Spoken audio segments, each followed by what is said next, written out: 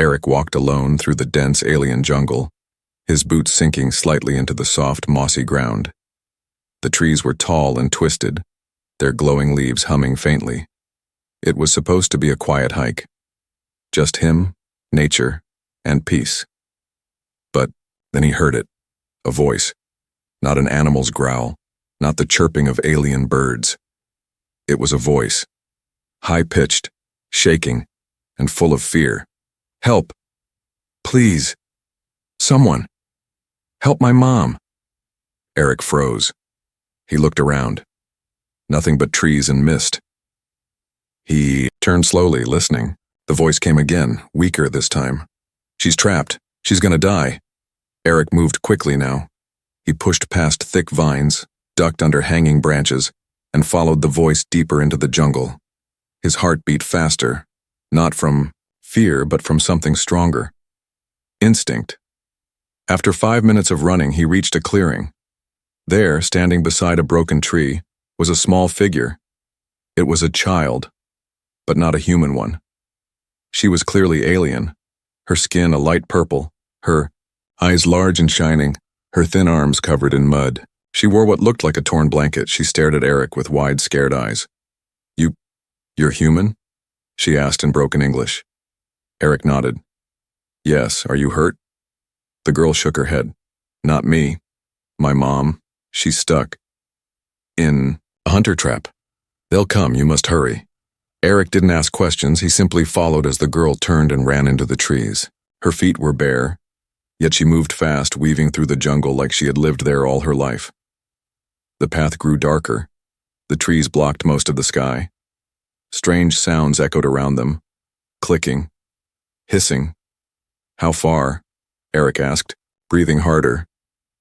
Almost there, she said. Please don't let her die. Finally, they reached another clearing, this one smaller and surrounded by stones. In the center was a woman. She was hanging mid-air, caught in a glowing net made of blue energy. The net was attached to sharp hooks buried in nearby trees. Her body was bleeding from the edges of the trap and her eyes were half closed. Eric rushed forward. She's alive, he said.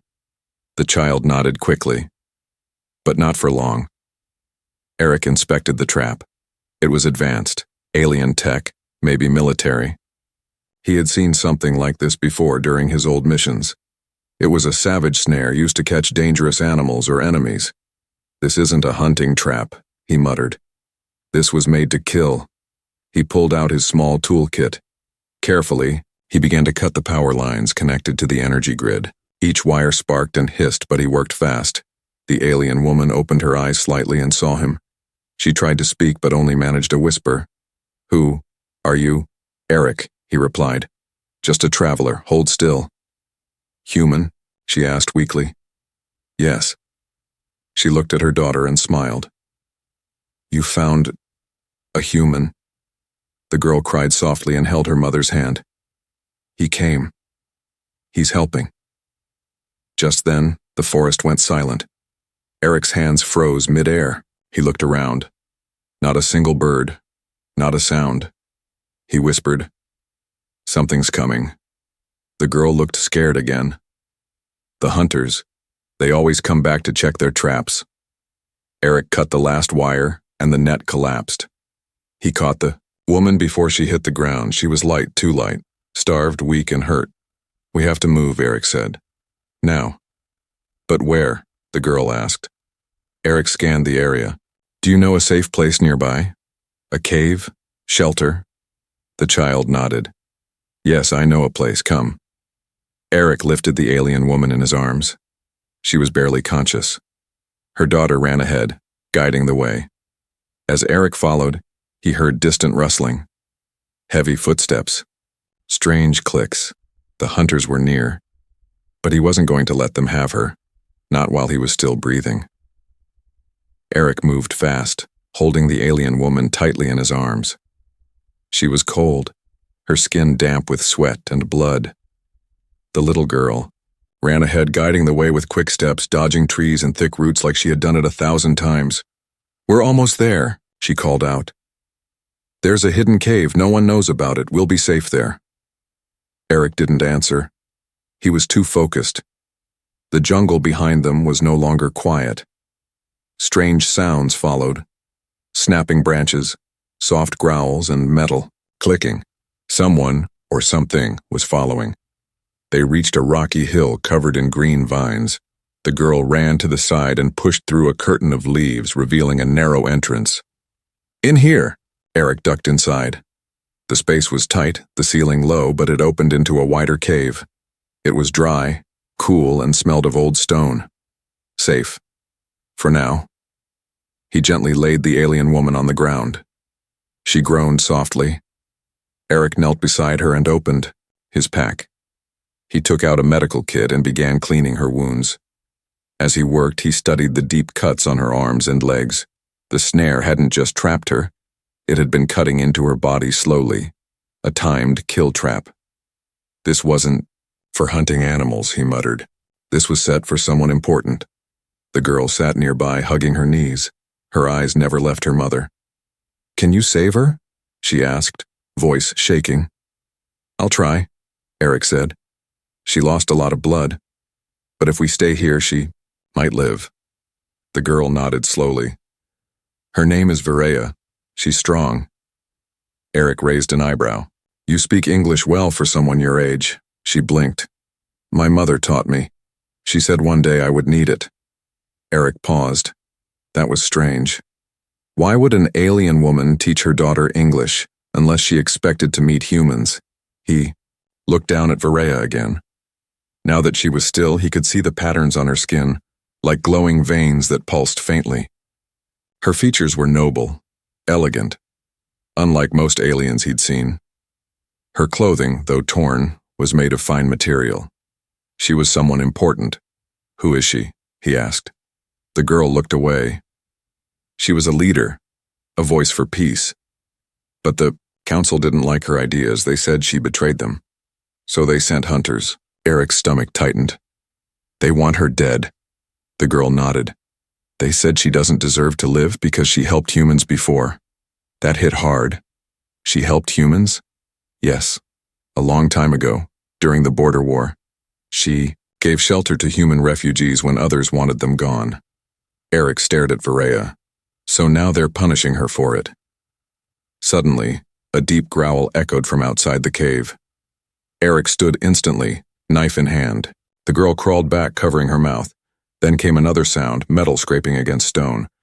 A shadow passed by the entrance. Slow, heavy steps followed. "They're here," the girl whispered. Eric pulled the girl behind a rock and crouched, low. The light from outside dimmed as a large figure blocked the cave entrance. It didn't speak. It just stood there, breathing. Eric held his breath. He could see parts of the creature now. Tall, armored in dark plates, with red lights blinking. On its mask, a hunter. The figure stepped inside. Eric moved fast, quiet and sharp. He crept behind the rocks and circled around. When the hunter leaned forward, scanning the space with a glowing device, Eric jumped. He drove his plasma knife into the hunter's side. The creature roared and swung around, but Eric rolled away, grabbing a loose stone and smashing it against the back of the hunter's helmet. Sparks flew. The hunter stumbled, then collapsed with a heavy thud. Eric panted, staring at the body. It didn't move again. The girl peeked from behind the rock. You killed it." Eric nodded. "Only because it was alone." He dragged the body to the entrance and covered it with leaves and mud. "They'll know it's missing soon," he said. "We don't have much time." The girl returned to her mother's side. "She's still breathing." Eric sat beside her. "Good. Then we'll fight for her, just like she once fought for my people." Outside, the jungle was waking up again, but this time with more danger in the air. Eric looked at his knife, then at the girl. "We survived tonight. Tomorrow, we find a way to end this."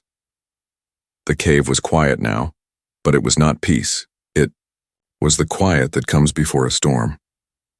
Eric sat near the entrance, his plasma knife resting on his knee. His eyes scanned the jungle shadows outside. Every rustling leaf made his grip tighten. Inside, the alien child sat beside her mother, gently wiping blood from the woman's face. Viraya, still weak and pale, breathed softly, her chest rising in slow rhythm. The girl whispered, "She's sleeping again." Eric nodded. "Let her rest, she'll need strength." The child looked at him with curious eyes. "You're not afraid?" Eric glanced toward her. "Afraid? Yes. But fear keeps you alert, and alert means alive." Suddenly, a high-pitched sound pierced the air, like metal scraping on bone. It was close. Eric moved silently to the mouth of the cave. He crouched low, hiding behind a large stone, and peeked through the vines. Figures moved among the trees. 3 of them. They were hunters. Each one stood over 7 feet tall, covered in black armor with sharp ridges. Their eyes glowed red through narrow visors. One of them sniffed the air. Another carried a scanner device with blinking green lights. The third slowly circled the area, weapon drawn. Eric's heart pounded. They were tracking their fallen comrade. He looked back into the cave. Viraya was still unconscious. The child clutched her hand tightly. Eric didn't have many options. If the hunters found the cave, there would be no mercy. These weren't soldiers. They were killers, professional and cruel. He slipped outside the cave, crawling silently into the underbrush. Moving like a shadow, he circled behind the hunters. His movements were slow, calculated. One mistake, and he was dead. From his spot, he could hear them speak in a strange, clicking language. Then one of them turned suddenly. Eric froze. The hunter pointed toward the cave. They had found the blood trail. Eric acted without thinking. He grabbed a small stone from the ground and threw it deep into the jungle in the opposite direction. The sound of cracking branches and tumbling rock echoed loudly. All 3 hunters turned sharply. One barked something in their alien tongue. Then 2 of them moved to investigate the noise, weapons raised. Only one remained near the cave entrance. Eric crept behind him, stepped silent. He pulled his knife, heart racing, but this one wasn't like the last. As Eric moved in, the hunter spun around, grabbing him by the throat and lifting him off the ground. The hunter's mask hissed. "You smell like prey." Eric struggled, choking. His hand searched his belt, then found a flash grenade. He slammed it against the hunter's chest. Bang! Blinding light exploded between them.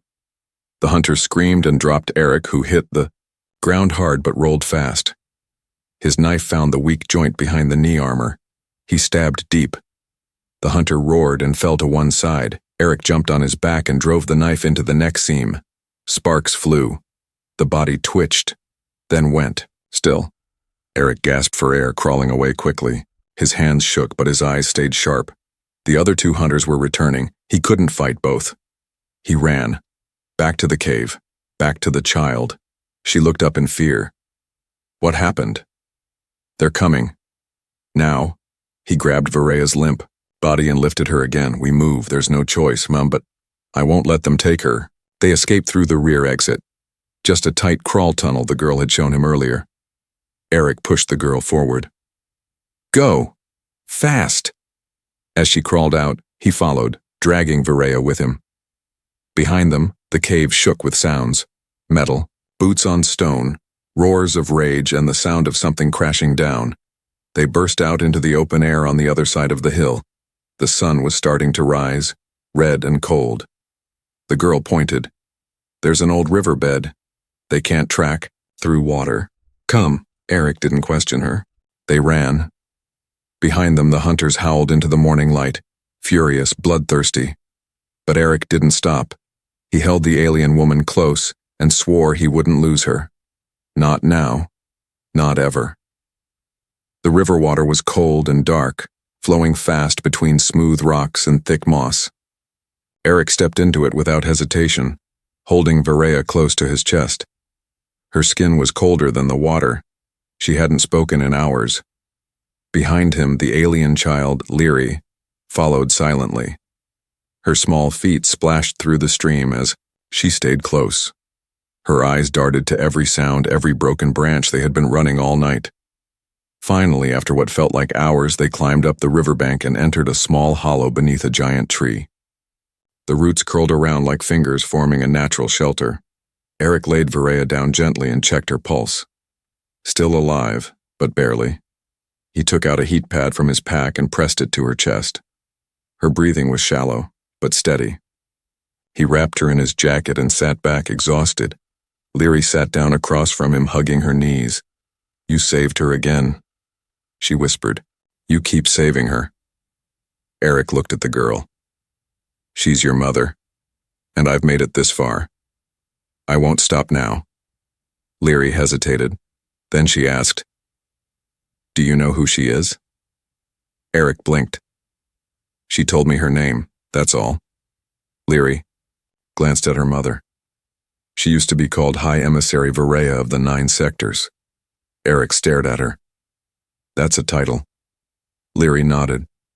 "She wasn't just someone. She was important, very important. She spoke at councils. She had ships under her name. Even enemies respected her." "Then why was she hiding in the jungle?" Eric asked. "Because she broke the rules," Leary whispered. "She helped humans." Eric frowned. "That's all?" "No," Leary said softly. "She did more. She exposed the council's lies. During the border wars, the council secretly traded human refugees to mercenaries. Varea stopped one of the trades, freed a whole transport ship. The council ordered her to be silent. She refused." Eric sat up straighter.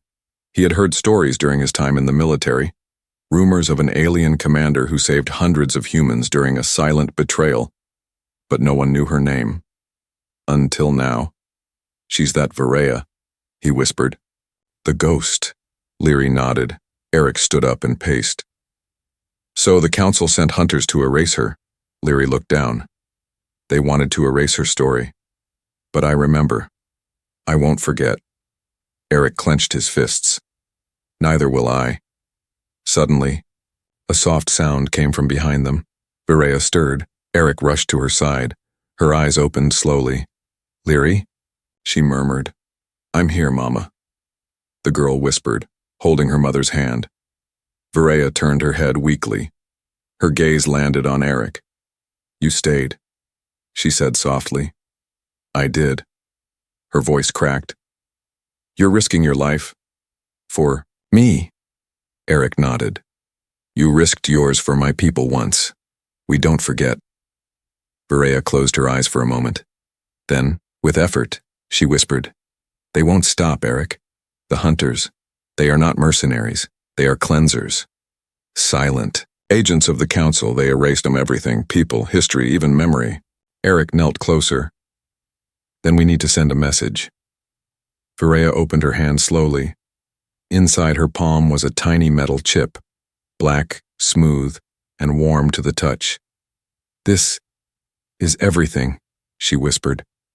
"Proof, names, orders, images. If it reaches the right people, the council falls." Eric took the chip. "And who do we give it to?" Varea managed a faint smile. "There is a human outpost, 30 miles south, built after the treaty. They won't expect us to go there." Eric looked down at the chip, then at her. "You're going to survive," he said. "We're all going to make it, I promise." She smiled, then closed her eyes again. Eric stood and turned to Leary. "We're not just running anymore," he said. "We're going to end this." The wind outside shifted. Somewhere far behind them, a mechanical howl echoed across the jungle. The hunters were still coming, but now Eric knew the truth, and truth is something that can't be hunted forever. The alien jungle was alive with danger. Every leaf could hide a predator. Every sound could mean death. But Eric wasn't afraid anymore. He had a mission now, and he had something the hunters didn't: Deathworlder thinking. At sunrise, Eric stood at the edge of a dried-out swamp, staring at the alien trees that bent like giant claws. Behind him, Varea lay hidden beneath a camouflaged shelter made from leaves and vines. She was weak, but breathing. Leary sat beside her, watching silently. Eric was setting traps. Not just any traps, earth traps. He pulled a Find tout and tied it to a sharpened branch. He placed jagged stones in the mud and dug shallow pits lined with spikes made from broken metal and bone. He used everything the jungle gave him. This forest has rules, he whispered. Time to break them. By noon, the first trap was tested. Hunter stepped on a mossy patch and the ground gave way. It didn't fall far, but just deep enough. Metal spikes drove through its thigh armor. The beast screamed and thrashed, but its leg was pinned. Before it could recover, a weighted log swung from above, smashing into its helmet. Eric watched from a tree above, breathing quietly. One down. He disappeared back into the branches. Leary watched him work from afar. Her small face was full of awe. He moves like a ghost, she said. Virea opened her eyes weakly. He's not like others. No, Leary whispered. He's human. Virea nodded slowly. And humans are dangerous when they care. Eric kept moving. He laid false trails using alien blood from the fallen hunter. He smeared it on rocks and plants, leading the hunters in circles. He left footprints where they shouldn't be. He mimicked bird calls to confuse sound trackers. The jungle became his ally. Later that day, Eric returned to the camp with food, roots and fruits he found that weren't poisonous. He gave some to Leary and helped Virea sip water. You're doing the impossible, Virea whispered. Eric smiled. Back on Earth, we call it camping. She laughed weakly, then her face turned serious. You'll need to keep moving soon. If the other hunters find each other, they'll scan for life signs. Eric nodded. Then we move tonight, but first, one more surprise. That night, under pale moonlight, the jungle lit up with fire. Eric had planted small explosions made from crushed fire crystals and pressure bark. When one of the hunters stepped on it, it didn't just explode. It ignited. The forest blazed in sections, sending smoke into the air and light across the trees. The hunters panicked, breaking formation. Their scanners were blinded, their helmets overloaded with signals. That was the opening. Eric carried Virea on his back and Leary ran beside them. They moved fast, toward the southern ridge, where the land dipped into a valley. If they crossed it, the human outpost would be within reach, but the hunters weren't done. A loud shriek came from behind. One of them had caught the real trail. It ran fast, faster than before. Angrier, burnt. It leapt through the trees, howling. Eric turned and tossed a flash crystal behind him. Boom, white light. Smoke, screaming, then silence. Leary clung to his leg. Did it stop? Eric didn't slow down. No, but it's blind now. That's enough. By the time they reached the top of the ridge, the stars had shifted. In the distance, through the trees, blinking blue lights glowed on the horizon. Is that it? Leary asked. Eric nodded. The human outpost. Virea stirred on his back. You did it. He smiled. We did it. But then came a low, heavy thud behind them. A final hunter stepped from the trees. Its armor was different. Thicker, gold-striped. It was the leader. It pointed a spear-shaped weapon at Eric. You, the hunter growled, are not welcome here. Eric slowly placed Virea down. He stood tall, blocking the hunter's view of her and Leary. I'm not just here, Eric said. I'm the reason your hunt ends tonight. The hunter snarled. Eric smiled coldly. Let's see how you handle a Deathworlder. Eric stood on the ridge, eyes locked on the final hunter. The alien's gold-striped armor gleamed in the moonlight. Its weapon crackled with energy. Behind Eric, Virea was barely conscious, and Leary stood frozen in fear. You are trespassing on sealed territory, the hunter growled in perfect English. Surrender the exile. The council demands silence. Eric didn't blink. Too late. I'm about to break that silence. Without warning, he threw a dust capsule at the ground. Smoke burst into the air, and in the blink of an eye, Eric grabbed Leary's hand and pulled Virea with his other arm as they sprinted into the trees. The hunter roared and charged after them. 10 minutes later, they reached an old comms relay station, abandoned, overgrown, and half buried in vines. The steel dish was cracked, the console broken, but Eric had seen worse. He set Varaya down gently. "Stay with her," he told Leary. Then he ran to the panel and yanked the cover off. Wires hung loose. Sparks flickered. It wasn't designed for human hands, but that didn't stop him. Back on Earth, Eric had rerouted comms from broken satellite systems in war zones. This wasn't much different. He pulled out the chip Varaya had given him, the one that held names, orders, proof of betrayal, and slid it into the socket. The system rejected it. He cursed under his breath. Behind him, he could hear the hunters' thudding steps closer, louder. He rewired 2 nodes with a strip of metal from his knife. Sparks flew again, but the console lit up. Transmission channel opened. The screen blinked. Destination: nearest human outpost. Secured uplink required. Eric knew they had only seconds. He began uploading the data. Meanwhile, the hunter emerged from the jungle and spotted them. Its helmet scanned the area. It saw the dish. It saw Eric. It ran forward like a tank. Unstoppable. Leary screamed, "He's coming!" Eric didn't turn. "Buy me 1 minute." The little girl stared at him, then looked down at her mother. Varaya opened her eyes. "Leary," she whispered. Leary nodded. She grabbed a flare rod from Eric's pack and sprinted out into the open. The hunter saw the flash of red light and turned toward her. "Hey, metal face," she yelled. "You missed me." She threw the flare at its face. Boom! Light blinded the hunter for 2 seconds, but that was enough. It fired wildly, hitting trees and rocks. Back at the console, Eric watched the upload bar crawl forward. 8%, 82%. The console beeped. Enemy signal interference. He slammed his hand on the override button and diverted the feed to a secondary channel. The chip glowed blue. Varaya whispered behind him, "The truth? It's almost out." Eric nodded. "I'll make sure they hear you." Suddenly, the hunter crashed through the vines and lunged toward Eric. Eric rolled aside just in time as a plasma spear slammed into the panel, frying it. But the upload was already done. The chip ejected and Eric caught it. "Too late," he said. The hunter roared. "Then you die screaming." They fought. Eric ducked under a wild swing and stabbed at the soft joint behind the hunter's knee. The blade glanced off. The hunter slammed him into the ground. Eric coughed, his ribs screaming in pain. He pulled his last flare from his belt and jammed it under the hunter's helmet. Boom! Sparks exploded from inside. The hunter screamed and staggered back. Eric stood, bleeding but alive.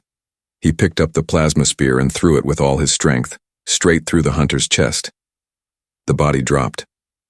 Smoke rose. Silence returned. Leary ran to him, tears in her eyes. "You did it. You won." Eric dropped to one knee, smiling. "We did." He walked back to the console and picked up the chip.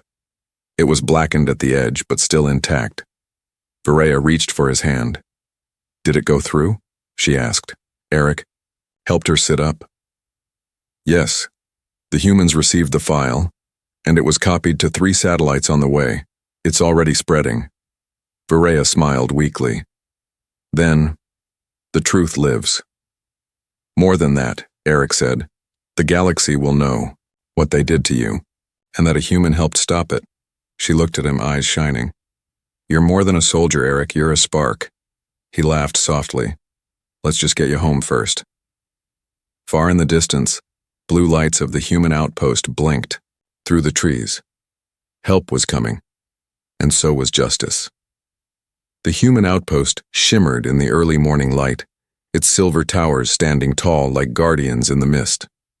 Soldiers in dark blue armor patrolled the perimeter. Drones buzzed quietly overhead. Inside, communication consoles blinked with urgent data, the kind that could shake governments. A message had arrived during the night. Encrypted. High priority. From the wilderness, and it contained a voice once believed dead. The arrival Eric staggered through the tree line, Varaya leaning against his shoulder, her feet barely touching the ground. Leary walked just behind, her small hand gripping her mother's. The nearest guard raised his rifle. "Stop there, identify," a second soldier shouted. "Wait, that's the Death Worlder, the human they warned us about." Eric didn't stop. We have a wounded high emissary. She's carrying classified evidence of war crimes. I need your strongest medics and your fastest line to the Central Council, now. The gate opened. Soldiers rushed to help. Medical bots scanned Viraya and carried her inside. One of the techs whispered, "It's really her." News spread like fire. In the medbay, Viraya lay on a sterile bed surrounded by monitors. Her wounds were healing faster now. Human tech was advanced, especially when used with old alien biology. Eric stood nearby, arms crossed. Leary sat on the edge of the bed, not letting go of her mother's hand. A human commander entered the room, gray-haired, sharp-eyed, battle-scarred. "I'm Commander Reese. You're the one who sent the encrypted drop, correct?" Eric nodded. "Yes." Reese looked at the woman in the bed. "And that is—" "She is Viraya of the 9 sectors," Eric said. "The one they tried to erase." Reese gave a low whistle. "This changes everything." The broadcast hours later, the human outpost sent out a priority galactic transmission. All known Allied systems received the signal, even some neutral. Ones picked it up. It wasn't just data, it was a hollow recording. A tired but proud alien woman appeared on screens across space. Behind her stood a human in ragged armor and a young girl with bright, unbroken eyes. "My name," the woman said, "is Viraya. I was betrayed, hunted, left to die." She paused, then looked directly into the lens. "But a human saved me."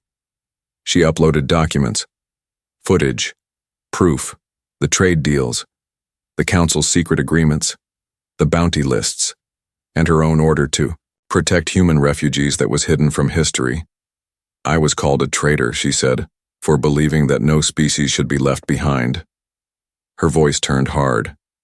"But if that is betrayal, then I hope the galaxy has more traitors like me." Reaction. Across the stars on the neutral world of Tereth, alien senators shouted across round tables as the feed played. One slammed his fist. "This confirms what we suspected. The Council lied." On a warship orbiting the gas giant Colleen, a human admiral stared at the footage, shaking her head. "She saved our people, and we never knew." In deep space, on a hidden Council command ship, elite officials watched in stunned silence. One of them finally spoke. "She wasn't supposed to survive." Another replied coldly, "But she did. And now they know her name." A choice Viraya stood again within 3 days. Her wounds were healing fast, but her mind was sharper than ever. Commander Reese offered her passage to any human world she chose, sanctuary, safety, even asylum. But she shook her head. "I won't hide anymore, I'm going back." Eric frowned. "Back? Where?" "To the Grand Conclave," she said. "I will stand before them, not in secret, but with truth, and with you." Eric blinked. "Me? You carried me when I couldn't walk. You fought when I was weak, and you reminded me why I started all this." A voice alone is easy to silence. A voice with a human beside her. That makes the stars listen. Leary grinned wide. "We'll go together." Eric sighed. "Well, I wasn't planning on retiring anyway." The confrontation at the Central Hall of Sectors, billions watched the live stream as Viraya entered, head held high, golden robes flowing, flanked by guards from Earth and her daughter at her side.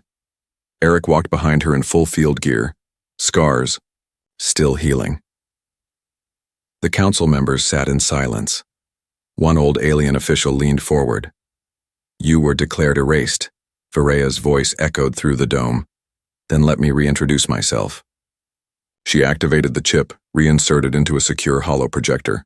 The proof filled the air like smoke, gasps, cries, shouts. "You betrayed us. You're lying. You allied with a Death Worlder." Viraya didn't flinch. "Yes, I did. And he saved me from your assassins. So did my daughter. And now the truth has saved me too." The council fractured that day. Allies left. Worlds rebelled. Secrets exploded into the light. Legacy begins. Back on Earth, statues were never made of Eric. He never liked being famous. But history remembered him differently. He was called the Shield of Viraya and the Human Flame. Leary became an ambassador, youngest in history. Her first speech made every child across the galaxy dream bigger. And Varaya? She was no longer in exile. She became the voice of the Reformed Council. Not a queen, not a warrior, but a mother who never gave up. Final scene years later, in a peaceful garden outside a human-alien academy. Eric sat on a bench with Varaya beside him. Children ran across the grass. Some were human, some not. A few had glowing eyes like Lyri's. They still tell the story, she said. Eric smiled. The one about the snare trap? The one about the human who answered a little girl's cry. Eric leaned back and looked at the sky. It was never just a cry, he said. It was a call.